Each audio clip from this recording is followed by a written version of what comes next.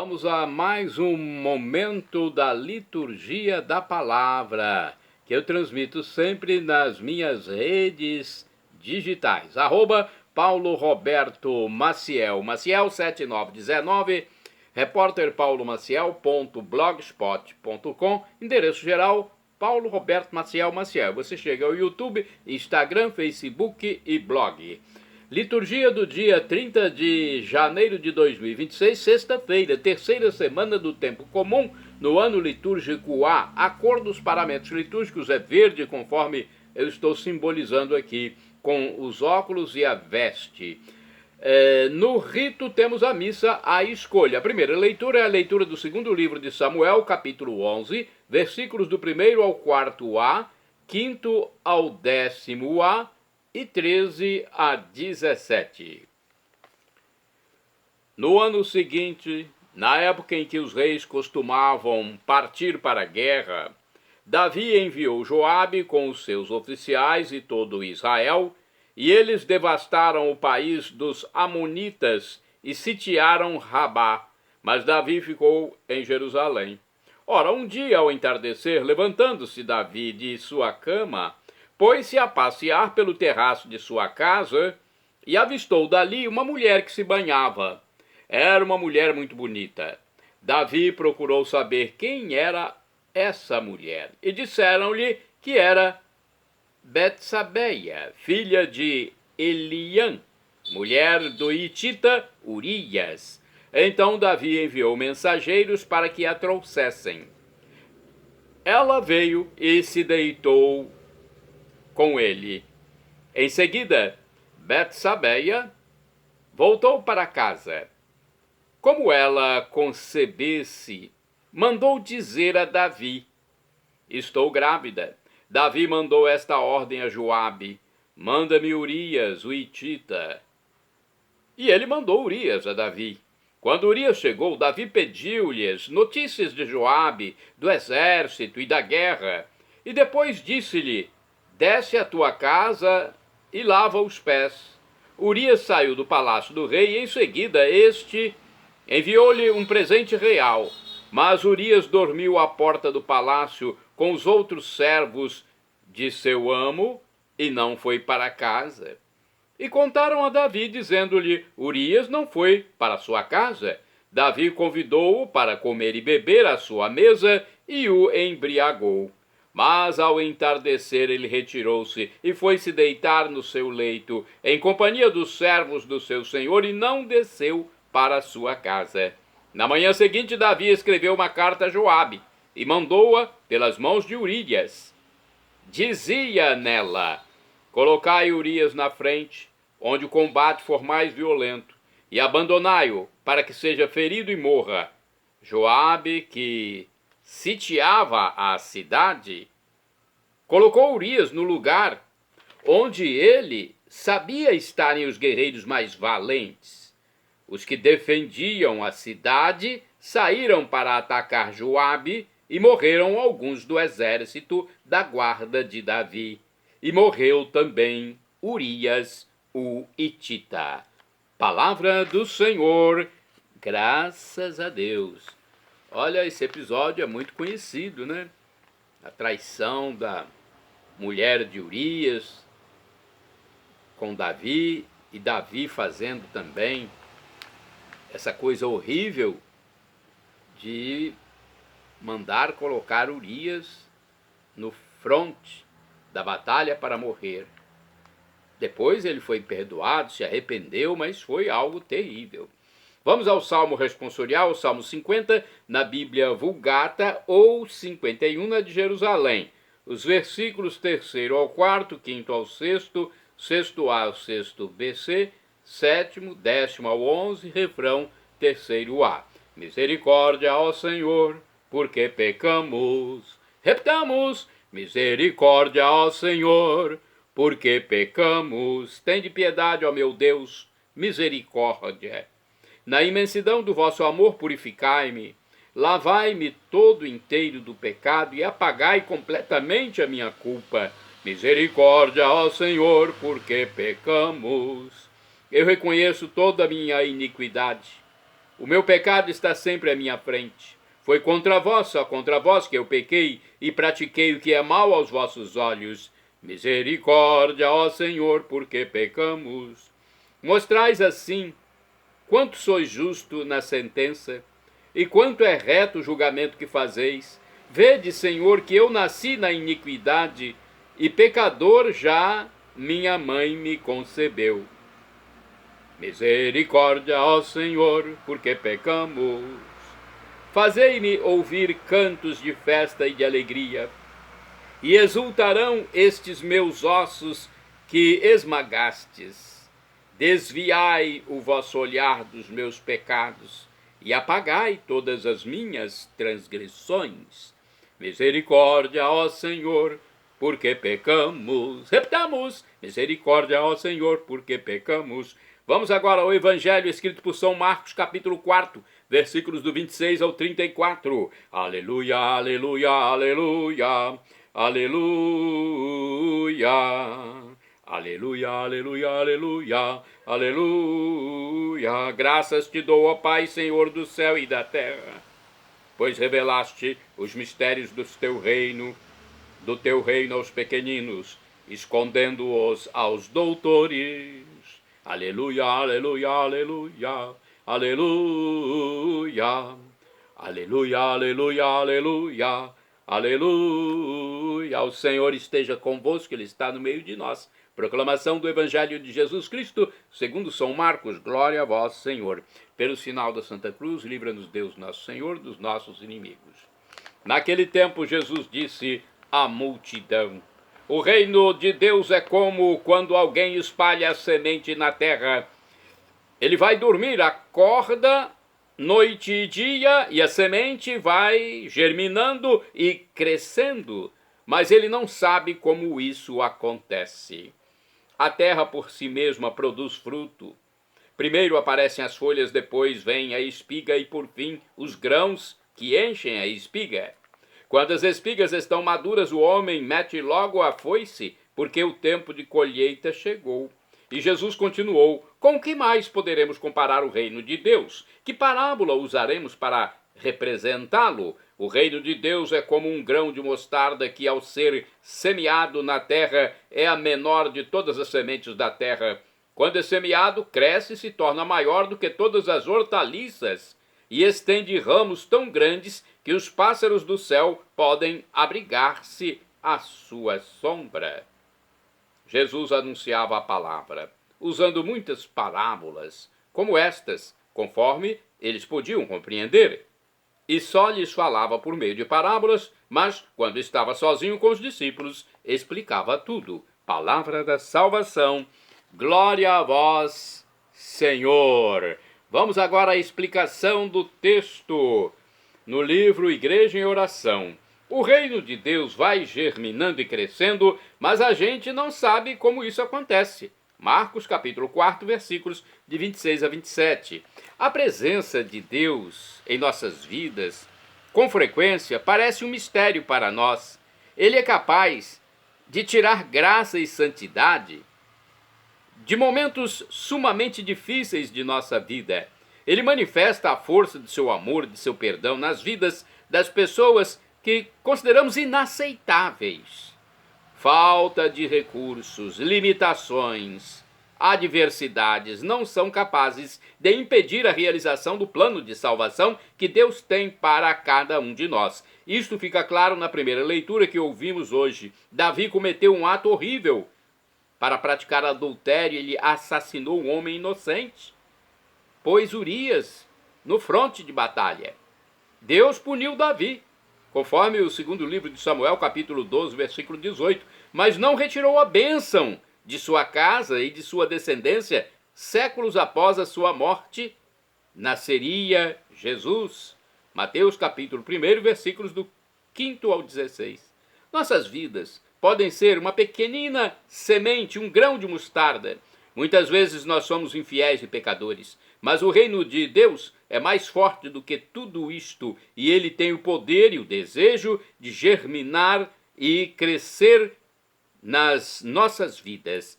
Imitemos Maria e digamos nós: faça-se em mim conforme a vossa palavra. O livro Dia a Dia com o Evangelho também tem uma explicação para o texto. A primeira parábola compara o reino de Deus com o desenvolvimento escondido e misterioso da semente. Quem não se encanta com uma delicada semente que, introduzida na terra, lentamente vai se transformando numa árvore robusta e alta? A semente traz em si esperança de vida. O reino de Deus, muitas vezes, parece estar amortecido, sem vitalidade, sem brilho, mas está em gestação, enfrentando desafios, oposições. Um dia vai triunfar. A segunda parábola compara o reino de Deus com uma semente minúscula, quase imperceptível. Um dia se tornará árvore frondosa. O reino tem em si promessa de estender-se mundo afora e oferecer acolhida a toda pessoa que busque liberdade. A toda pessoa que busca liberdade, como as aves do céu. Se soubermos entregar-nos ao projeto de Deus, ficaremos maravilhados ao ver como nossa vida poderá tornar-se fecunda. Mais uma reflexão do livro Palavra e Vida. Vejamos o que diz aqui sobre Marcos capítulo 4, versículos de 26 a 34. O reino de Deus está dentro de nós, mas nunca perfeitamente instalado. Jesus o compara a uma semente que é lançada à terra e só até aí vai nossa colaboração, pois o reino de Deus vai crescendo em nós, sem que o percebamos, por poder próprio. Se a força vem de Deus e não de nós, a oração se impõe como necessária para que nossos defeitos não atrapalhem sua eficácia. Para isso é indispensável meditar todos os dias sobre a palavra de Deus e aplicá-la a nós, pois nosso egoísmo é como o pó que se deposita em nossa casa e sempre precisa ser removido.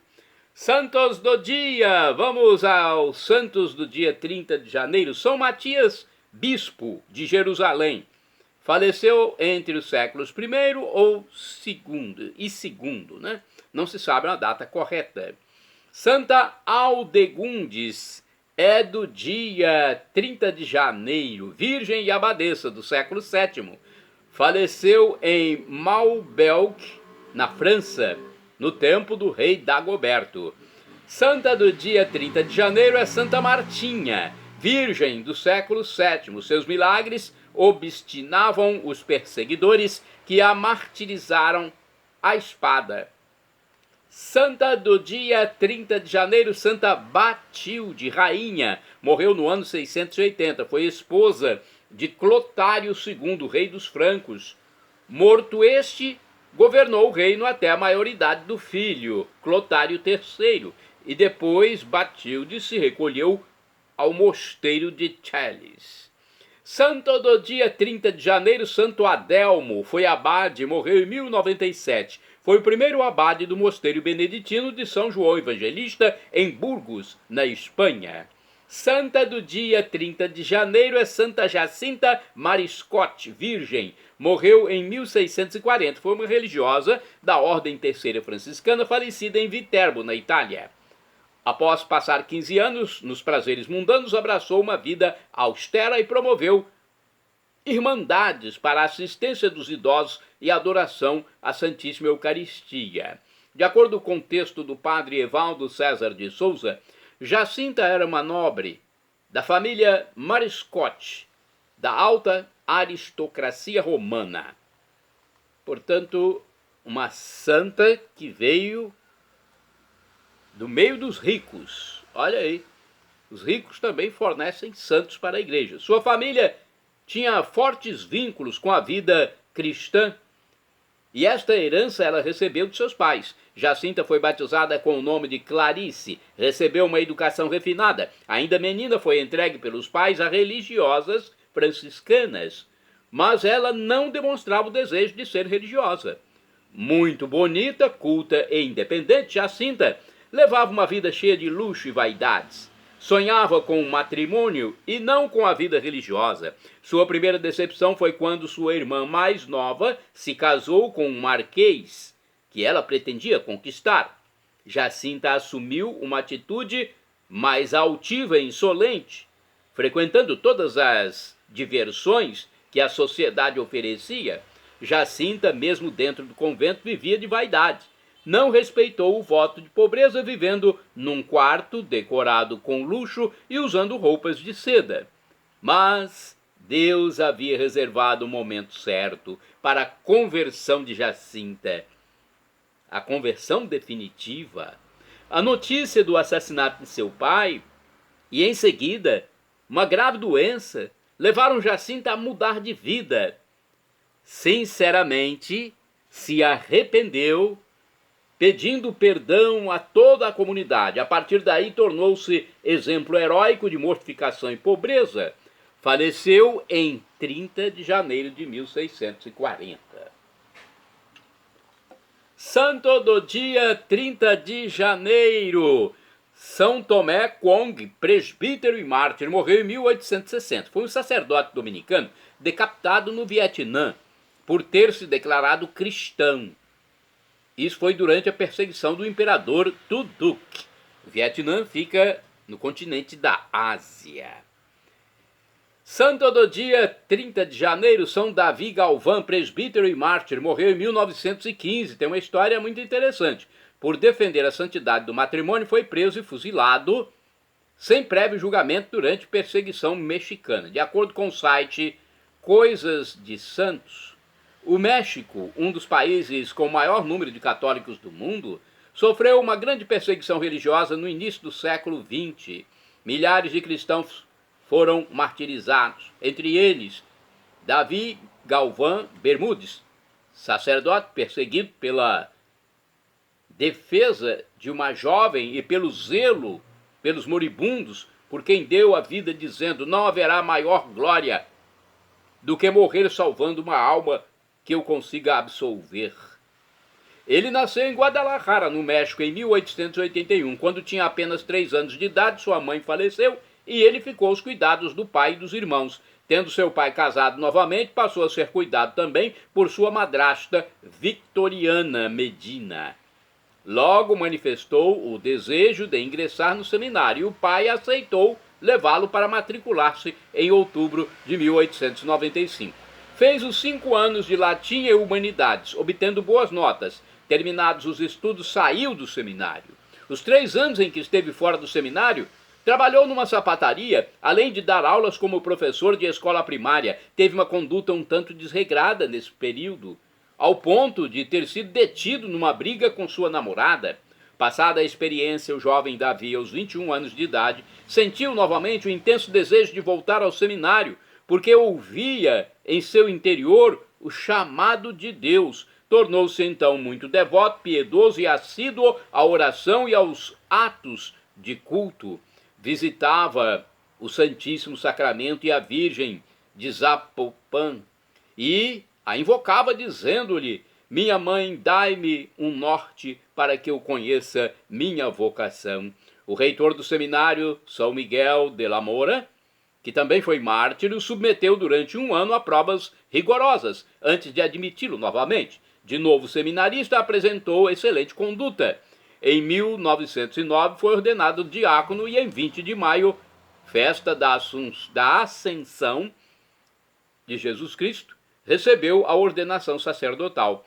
Procurou sempre ajudar os necessitados, proporcionando instrução aos ignorantes, remédios aos enfermos e auxílios espirituais aos moribundos. Olha que história, hein?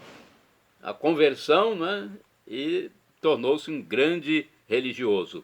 Santos do dia 30 de janeiro, São Muciano Maria Viô.